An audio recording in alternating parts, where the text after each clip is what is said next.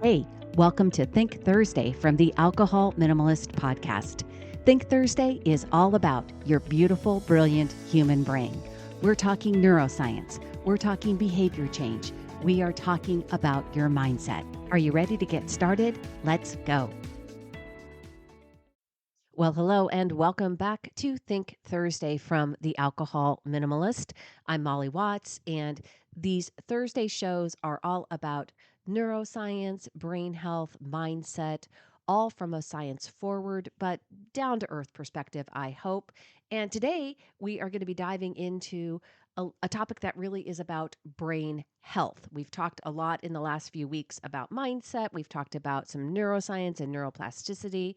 Today, we're going to talk about something that can improve your memory, your mood, and your overall brain health in just 10 minutes a day. This information was brought to my attention by one of my longtime listeners and clients, and I just appreciate that. So thank you for sharing Dr. Wendy Suzuki with me. I really went down the rabbit hole, and so we're going to talk about this information today and all about how you can improve your overall brain health and why that's so important. If you've been listening to these Think Thursday episodes, you know that, and even the bigger episodes of Alcohol Minimalist on Mondays, you know that we are all about creating small, sustainable habits that lead up to sustainable change for the rest of our lives. And today's episode really ties into that as we discuss this information from Dr. Wendy Suzuki, who is a neuroscientist who has uncovered some of the really incredible brain-changing benefits of exercise.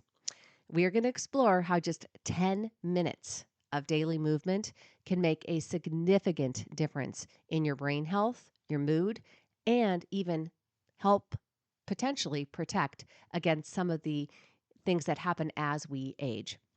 Right.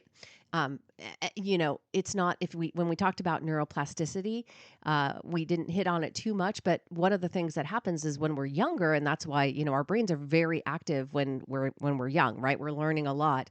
And as we get older and those neural pathways get more and more ingrained, it makes change harder. And that is something that we just have to accept, right? That's just the nature of the beast. But with improved brain health, we can become more elastic, better. Our neurons can rewire together faster. So it's important for creating sustainable change, taking care of our brain's health.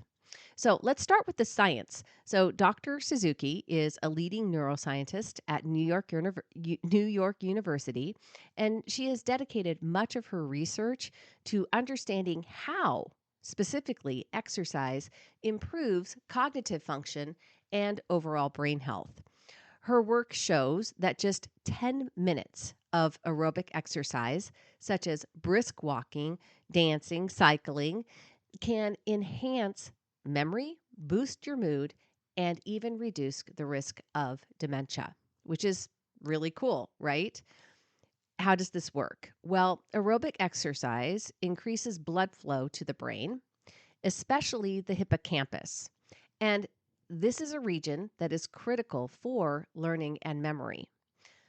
Blood flow promotes neurogenesis, the growth of new neurons, and this process helps keep your brain flexible and adaptable. And we've talked about that. Like I said, this is a concept that we explored with neuroplasticity. Exercise helps maintain and improve your brain's ability to form those new connections even as we age. So it becomes even more important the older that we get. Now, why does Dr. Suzuki call exercise the antidote to aging? As we grow older, our brains naturally start to shrink, particularly in areas like the hippocampus. This shrinkage is often associated with cognitive decline and memory loss. However, research shows that regular exercise can slow down or even reverse those effects. Dr. Suzuki's research isn't the only one supporting this. A study published in Nature Scientific Reports found that just 10 minutes of light exercise can increase connectivity between the hippocampus and other brain regions involved in memory processing. So while we often think that we need hours of intense workouts, science shows us that even small bursts of activity can have a profound impact on brain health. And this is really important to that whole, right? So often we catch ourselves in this all or nothing mindset where we won't take even 10 minutes of action because our brains are telling us a story that it's not enough, that it's not good enough. I'm here to tell you that it is, and every 10 minutes that you dedicate to doing some cardio for your brain is 10 minutes that your brain is getting healthier and hopefully improving itself for the long run.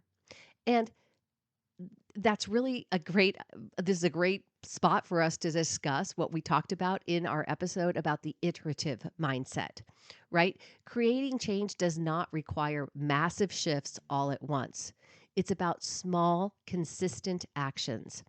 Adding 10 minutes of movement into your day is an easy and effective way to improve your brain health over time. So, how does this tie into our journey in becoming an alcohol minimalist? Well, for many of us, alcohol can leave us with brain fog or cognitive sluggishness, especially after years of habitual daily drinking. Exercise is a natural way to counteract those effects. It boosts the production of neurotransmitters like dopamine and serotonin, the same ones that are impacted by alcohol use. Think of exercise as a replacement tool for alcohol in those moments of stress or emotional discomfort. Moving your body for even 10 minutes stimulates the brain's reward system, helping you regulate your emotions and feel more in control. It's an excellent way to support both your physical and mental health as you work towards a more peaceful relationship with alcohol. Plus, the benefits of exercise are immediate. Studies show that even a single session of moderate exercise can boost your mood and improve focus, helping you feel better right away. And as we've talked about in past episodes, these small incremental changes can build up to create lasting transformation. So, how can we get started? Dr. Suzuki, her recommendation is simple. Start with just 10 minutes of moderate exercise each and every day. The goal here is the consistency, right? We want to do it every day. This could be a brisk walk around your neighborhood, dancing to your favorite music, or even riding a bike. The key isn't about intensity here, it's about consistency. Even with just 10 minutes, you are promoting neurogenesis, reducing the risk of your cognitive decline and giving your brain what Dr. Suzuki calls a bubble bath. She loves to talk about that. She talks about how the brain's chemicals, right, are just released from exercise, and it's like giving your brain a bubble bath. One of the best things about this approach is that it's accessible to everyone, right? So no matter your fitness level, you don't need to overhaul your lifestyle. Just add in 10 minutes of movement. This is the iterative mindset in action. Start small, keep building, and watch those small actions compound into big results. Now, 10 minutes of exercise can have profound effects on the brain and on your brain's health. From promoting the growth of new neurons to reducing the risk of dementia, these short daily sessions offer both an immediate and long term benefit. For those of us that are on this journey to mindful drinking, adding movement into our routine can help us manage stress, improve our moods, and sharpen our cognitive function. So here's my challenge for you next week. Start each day with 10 minutes of movement. Set a timer, take a walk, dance in your living room, whatever feels good for you. Notice how it impacts your mood, your focus, and even how you respond to stress throughout the day. Track your progress and see how this small habit can create big changes. Thanks so much for joining me on Think Thursday. These are small, short episodes that are really dedicated to your brain's health, to neuroscience, to mindset. And if you're getting a lot out of them, please send me a note. Please take time to review. And if, or if somebody else you think would benefit from it, then share it with them as well.